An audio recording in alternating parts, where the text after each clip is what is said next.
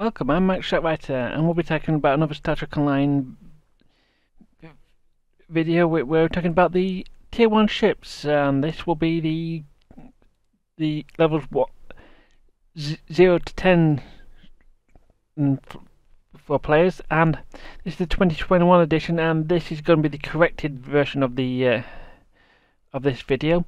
This video was initially done with a incorrect information on the slides, so after this has been completely reshot and redone with corrected information.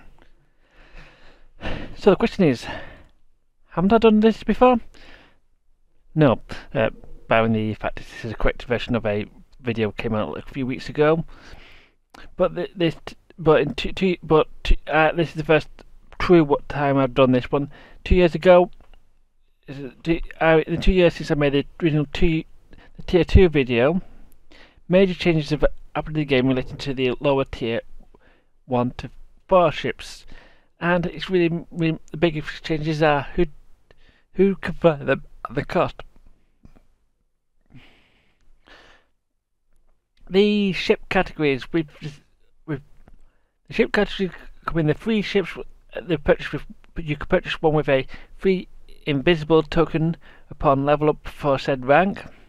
There's a small cost of the lithium to buy one after using the token, or if you don't. The paid ships you have a unique console with the ship and often come with a unique skin, and the cost is quite significant for this as well. And let's continue with let's start with the changes. Now, the changes for not being free. so pre 2019, Tier 1 to 4 ships that used to cost Zen a lot for the account. Romulan captains can fly their Tier 1 to 4 allied ships, but only Romulan captains can fly Romulan ships.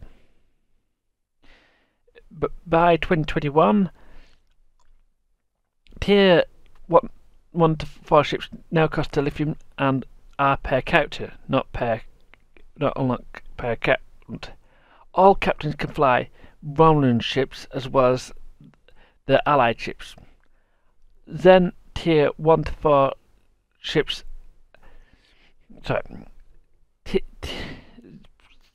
Tier 1 to 4 ships that have already been purchased by Zen are still unlocked by account, and you can purchase some ships, and you can purchase some Tier 1 to 4 ships with Zen, and they only are available, and they can be purchased with Delirium as well, but you can purchase with the Zen. And additional changes include in that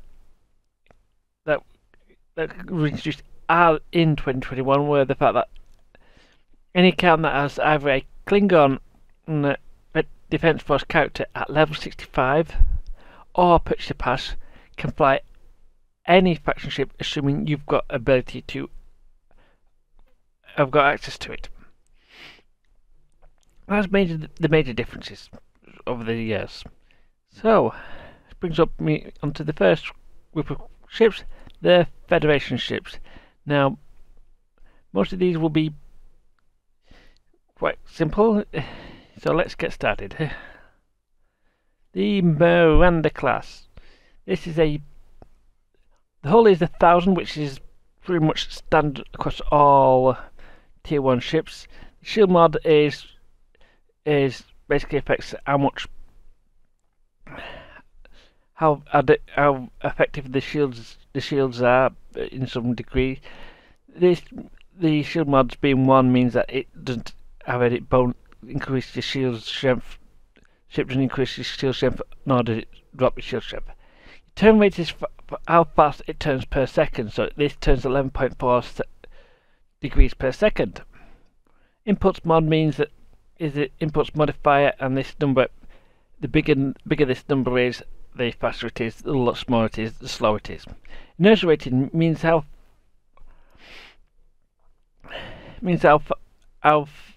easy it is for the ship to turn and when I mean by how it's turned out, it's more. I'd like to refer it to like how grippy a tire is in a car game, a car racing game. So 50 is means it's not super grippy, but it's quite grippy. But with the other stats being with being a slow ship and a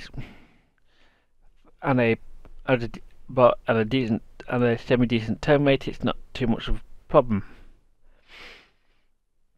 This ship has got a antimatter warp core, or the standard warp core, which is standard for Federation ships.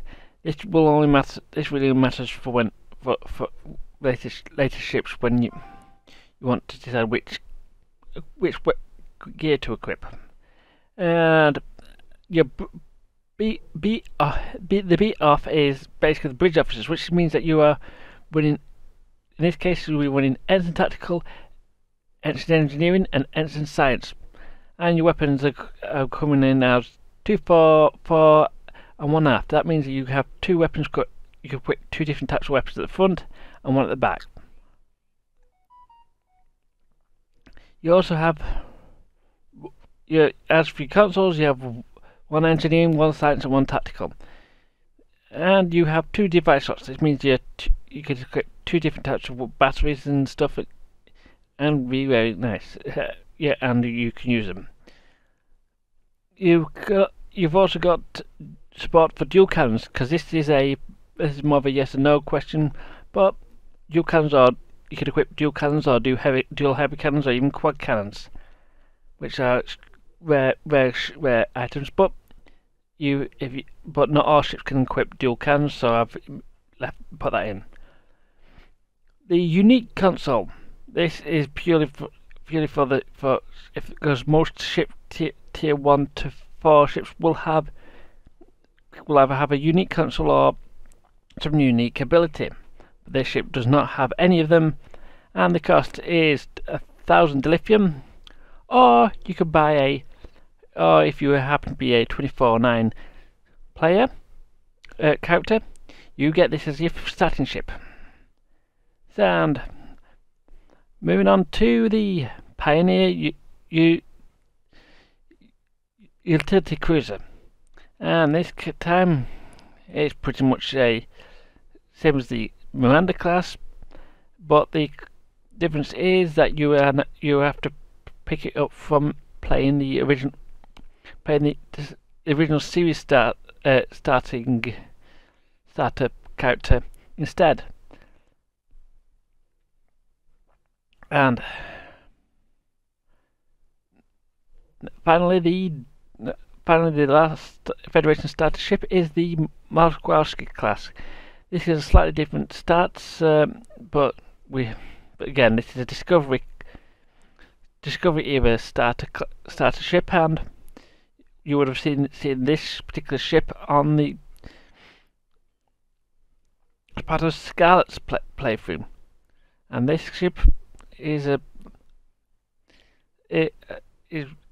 like the previous two are very, very similar stats. I mean, there's no differences to really look at. But we've now finished through all the Federation starter ships, so let's go on to the paid ships. So let's start with the Constitution class. This has a slightly more hull, which is quite very, very, very nice to have. Again, it's slightly slow to turn, but it turns still the same as the previous ships, but it's slightly it slides slightly more. But you get 2 engineering consoles in this time round, compared to the starter ships, which can give you a bit more hull or other stuff if you want. Depends on what you want to put in that slot. You have 2 device slots, and you cannot equip dual cannons this time round. However, you do not get a true unique console. However, as access to a Constitution class, you do have access to Mark Infinity, the original series phasers, if you so wish. These used to be the only source of the original, one of the few sources of the original series phrases in the game until until until the until the until the Agents of Yesterday expansion launched. As this is a page ship, you can pick it up for 15,000 dilithium, or you can pick it up part of one or two dilithium.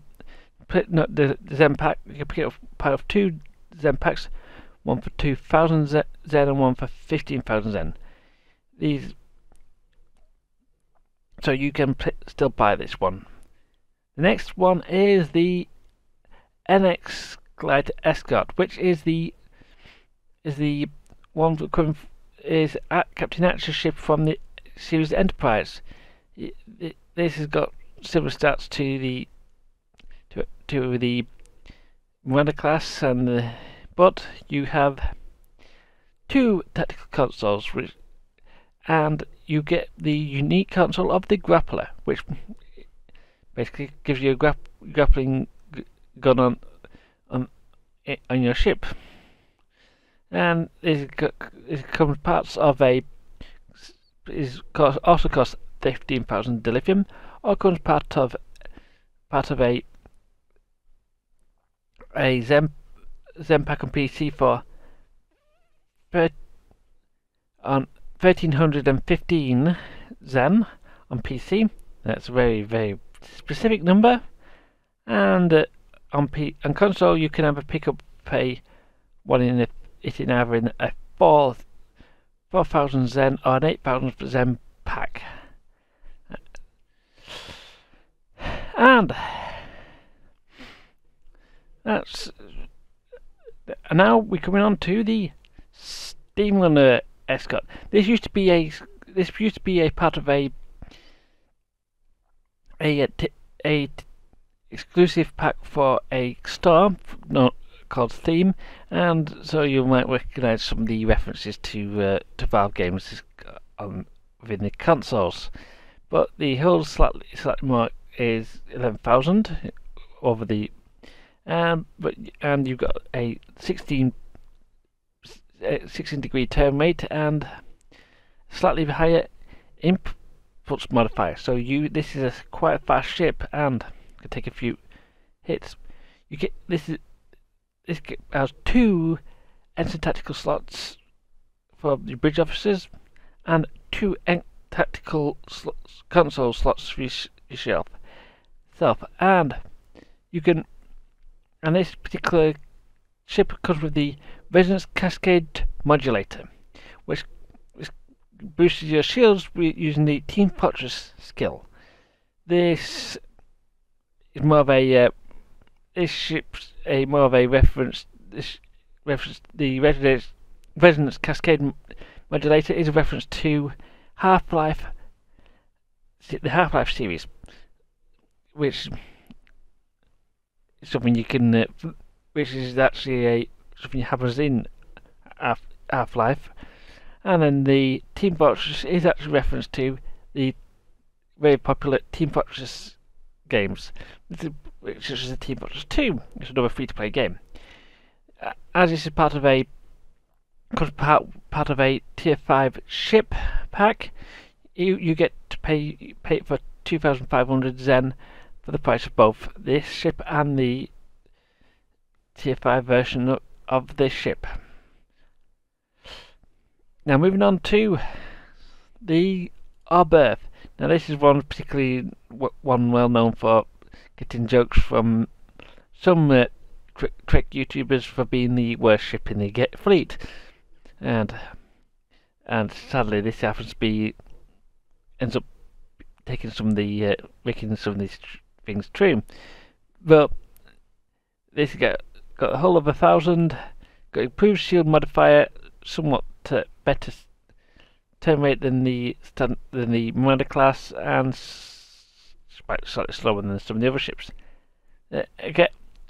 Unlike the Miranda class, you get two science consoles, and you get a enhanced plasma manifold console, which boosts your power to all your to across your console ships, and this ship's pretty unique among Tier 1 ships, is that it has sensor analysis, which allows you to improve your damage against enemies whenever you use it, or improve your ability to heal other ships. And this is unique. This is one of the few Federation ships that don't appear as part of a pack and cost 15,000 dilithium to obtain. And that's all the Federation ships, because we're now moving on to the Klingon Defense Force. The Klingon Defense Force ships really did not have a Tier 1 and Tier 2 ships until Legacy of Romulus, so there's not going to be a lot less here from here on out. We've actually gone through over half the ships already. So, let's start with your Klingon starter ship. That'll be the Burrell Bird of Prey. 1,000 hull, 0.8 shield modifier, improved turn rate, and improved inertia rating. Unlike the Federation ships, you do get all of it. You get universal slots in. You get universal slots, which means you can equip 3 tactical officers or 3 engineering if you so wish, but you can do a combination of anything you want. So, and again, you get 2 forward weapons in the aft and 1 of each console. Again, this particular ship supports can equip dual cannons and will come with dual cannons when you pick it up. What it does not have a unique console to this ship. It does come with a standard cloak, and this is going to be something you'll notice in a lot of these ships. I'll be talking about the cloaks and stuff. And this is the Klingon Defense Force starship. You'll have seen talk with it already, but you can always pick another one up for 1,000 dilithium if you have not got one already. And now moving on to the Bluff Bird of Prey. This got slightly improved stats, and you get a new British officer seat, which will give you which requires you to have an enhanced science in that ability slot, and you also have a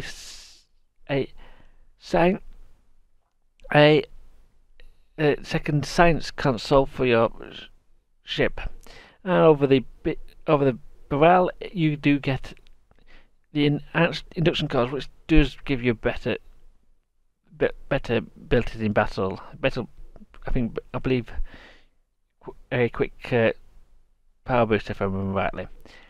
You also get the ability to use a battle cloak, which is a part of all Bird of Prey besides the initial Burrell, and some later Burrells, which is pure because they have the enhanced battle cloak. But if you want to pick one up, you can pick one up as part of you can pick one up for 15,000 dilithium, or as part of a couple of Zen packs on the one on PC is 1,000 dilithium, or on console not 1,000 dilithium, 1,000 Zen, or on console 4,000 Zen or 8,000 Zen. Again, that is pretty much all I can cover with the